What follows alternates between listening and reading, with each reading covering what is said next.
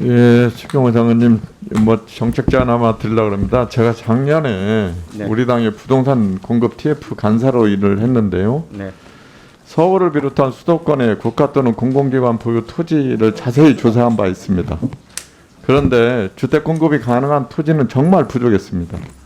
그래서 서울 수도권의 요지 토지는 매각할 것이 아니라 자체 개발하든지 아니면 LH, SH, GH 등 IH 등이 매입해서 청년 신혼부부 등을 위한 임대주택 등으로 활용하는 것을 한번 건의드리겠습니다.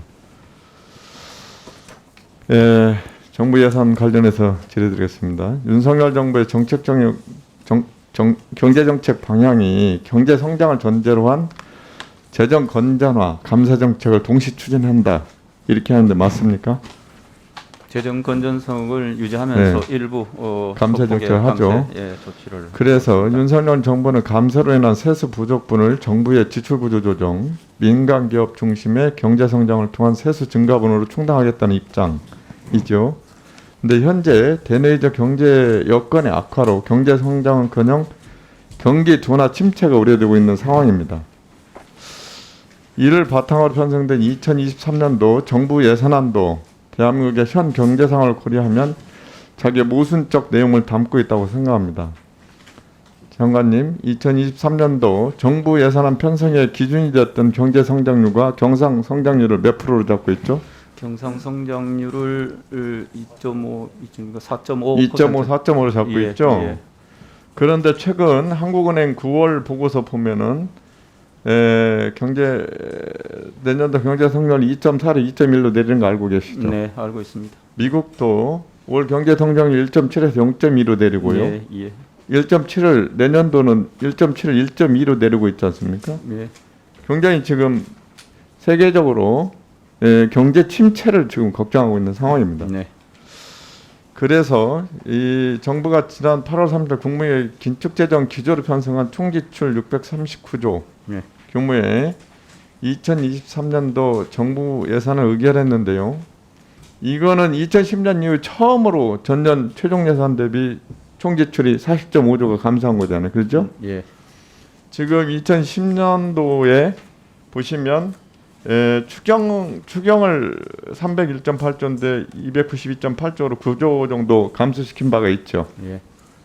그때 보면은 그 다음 페이지 보시면 경제 성장률이 6.8인데 민간이 6.9고 공공이 마이너스 0.1이죠. 네. 그래서 제가 보기에는 지금 아까 말씀한 대로 400.5조를 396.6조를 3.9초만 증가시켰잖아요. 그죠? 예. 그죠? 예. 아까 말씀하신 대로. 예.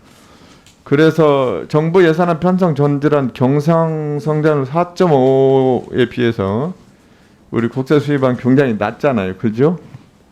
그거는 전년도 그거는 지금 국세 수입 이연 세수가 있기 때문에 이연 세수도 있고 6.4조를 감소시켜서 세수를 좀 적게 잡았잖아요. 뭐 그렇죠? 두 가지 다 어우러져 있는 숫자입니다.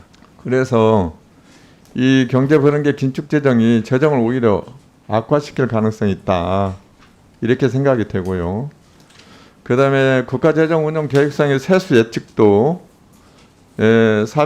내년도 400조 5천억에서 2026년 459조 9천억으로 연평균 7.6% 증가를 잡고 있거든요. 굉장히 낙관적으로. 세수 증가. 예.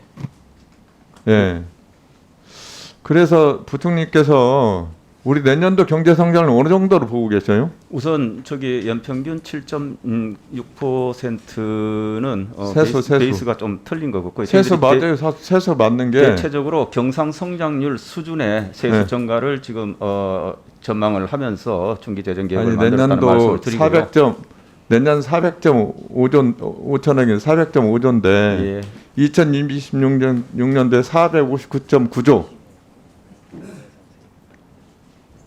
그렇게 볼 때 그렇습니다. 그리고 경제 성장률 얼마를 보시고 이 저성장 세입 부족분은 어떻게 충당하실 생각입니까? 우선 두 가지를 말씀드리겠습니다. 당초에 저희들이 새 정부 경제 정책 방향에서 성장을 2.5% 지금 전망을 그렇죠. 하고 있습니다. 지금 2.1로 내렸잖아요. 한국. 그리고 이제 한국은행이 2.1로 전망을 더 하는데 내려갈 확률이 크다고 보고 있습니다. 저는. 그러니까 저희들이 그 이제 경제 전망에 관해서는 저희들이 추가로 작업을 할 텐데 하나 유의해서 보셔야 될 것은 거기에 실질 성장은 한국은행도 낮추면서 또 물가 상승률은 그보다 훨씬 높였습니다. 우리가 조세 수입은 경상 성장률 기준으로 보기 때문에 결국은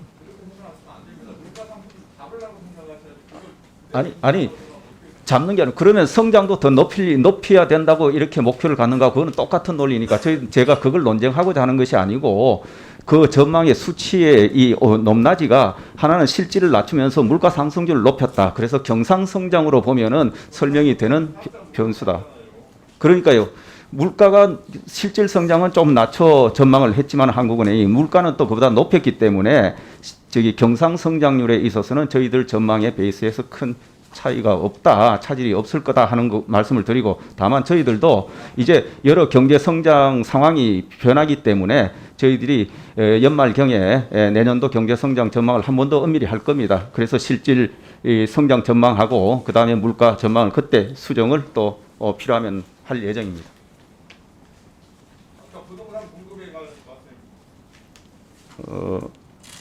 관해서 청년 신혼부부 주택 중심으로 공공 용지 저는 뭐 기본 아니 그러니까 기본적으로 저희들은 이 공공 그러니까 이 부동산을 유휴 저활용 별 용도가 없다 싶은 거는 저희들이 매각할 겁니다. 그런데 의원님 지적하신 대로 공공 목적으로 개발할 필요가 있거나 한 것은 일부 매입을 하기도 하고 또 있는 이 소면 국유지를 그런 형태로 공공 목적으로 저희들이 활용하도록 그렇게 할 겁니다. 서울에 있는 땅이 없어요. 그래서 부족한 땅이고요. 예. 그 땅을 민간한테 그냥 함부로 따지 마시고 그걸 미래 세대를 위한 토지로 꼭 활용해달라고. 그러니까 그렇게 활용할 수 있는 공공 용지는 그렇게 하겠다 하는 말씀을 드리는 겁니다.